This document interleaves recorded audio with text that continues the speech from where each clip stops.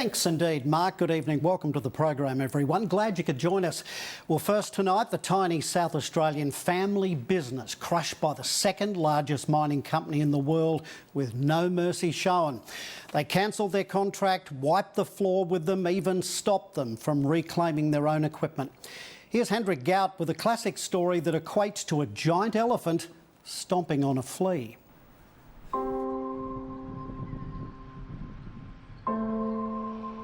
It has cost us 40 years of work of our life and our next generation.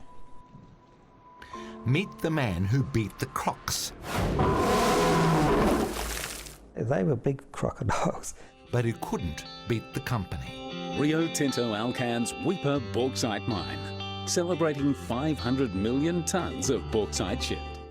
One is an Adelaide family business run by South Australian Vernon Thomas with his sons and daughter. The other is a global corporate run by shareholders in London with assets of $107 billion. And it's this mining company which has sent this man's company and his wife and his adult children to the pits of despair. It then meant legally I could not pay the people I owed, so it left me with no choice but to go into voluntary administration. Which there's no coming back from, and it's hurt a lot of people who are owed money from us, and it's hurt us. Vernon started Thomas Construction 40 years ago. Removing lead-based coatings and working high structures. The biggest market for us in Australia was bridge work. There's a lot of bridges around, so we really did specialise in those in the last probably 20 years. At the Upper Warringah Bridge, it was a complete refurbish. We strengthened all the beams with new steel uprights. We replaced old bearings. I think about 7 or 8 bridges down the freeway because their lifespan was coming to an end too. Just complete pressure wash clean and recoating because the painting was starting to deteriorate. There was other work as well. It took off at Port Adelaide's Aviation Museum, launched at Tidbinbilla's Deep Space Centre in the ACT, kept its foot firmly planted at Olympic Park, and the daddy of them all, the Sydney Harbour Bridge. So, when Vernon Thomas saw calls for a tender from Rio Tinto to renovate and restore this bridge at Weipa on Queensland's Gulf of Carpentaria... I went and had a look at the site visit. The bridge structure itself was just a very nominal bridge as far as what we've done. There was nothing unusual about it. It was probably one of the most simplest ones I'd looked at. After all, he'd done this sort of thing before. At Warringah, the bridge was a complete refurbishment done over several years. It was once again to remove all the old lead-based coatings which were falling into the Murray, under total containment, total dust extraction, and then replace it with a complete new corrosion system. Thomas won the tender at the prospect of 5 years' work. The work itself wasn't tricky, it was very mundane to us.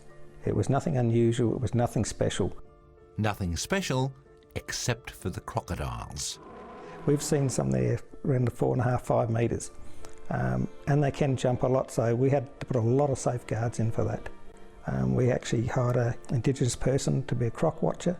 Well, this is to stop the crocodiles plucking the workmen off the bridge like bananas. Yeah, sort of like that. He seemed to have the natural ability to find them very quickly.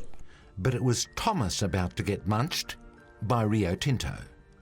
According to Vernon, minor incidents that could easily have been dealt with, one worker had sustained a chemical burn, became a major issue. Obviously production stopped, so then we had meetings. It went into probably more of a personal nature after that. The people we got aren't any good. This one didn't show this chap respect, and somebody rolled his eyes at somebody else. These little things that just kept happening all the time. In the end, it became really a nightmare for my people. They were stressed all the time with people watching them and picking on them. It came to a head when, without his knowledge or permission, an employee drove to the pub in a company 4-wheel drive, got drunk and rolled the car. Rio Tinto, which declined to date tonight an interview, threw blame his way. Vernon replied that the employee had used the car unauthorised and that was hardly the company's fault.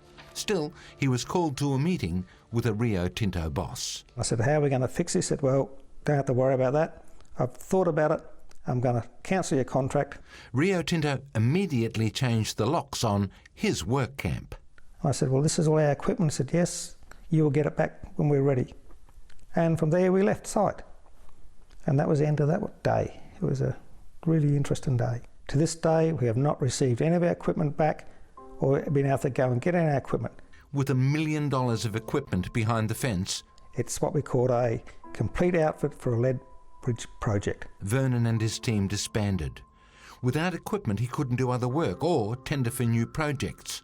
And then Rio Tinto failed to make its scheduled progress payment. We'd already told Rio if this cheque didn't come as they promised us it would, we would go in the hands of receivership. So they were well aware of that, and they still let it happen. And to this day, they've never come back to us and said sorry for that. Thomas Construction was on a precipice. His 3 children, all of whom worked for the company, were all out of a job. Vernon called in the administrators, and it was over. And how have your sons and your daughter taken it? Well, they're all expecting to have to sell their homes. Yeah. So it's not good. Is your home... It's on the market. So what goes through your head now when you saw the administrators move into a company that you've been running for 3 decades? Really very hard. Yeah. Rio Tinto remains, as it was, the second biggest mining company in the world. Its income, $33.6 billion a year. That's $33.6 billion more than Vern. But Vern has something Rio Tinto doesn't have, and Rio Tinto can't take that away. A lot of satisfaction, a lot of good times. A lot of, I wouldn't say ego, but it was a lot of tremendous report you get out of doing some really hard projects, one-in-a-lifetime projects. We were known to be really good at it around Australia.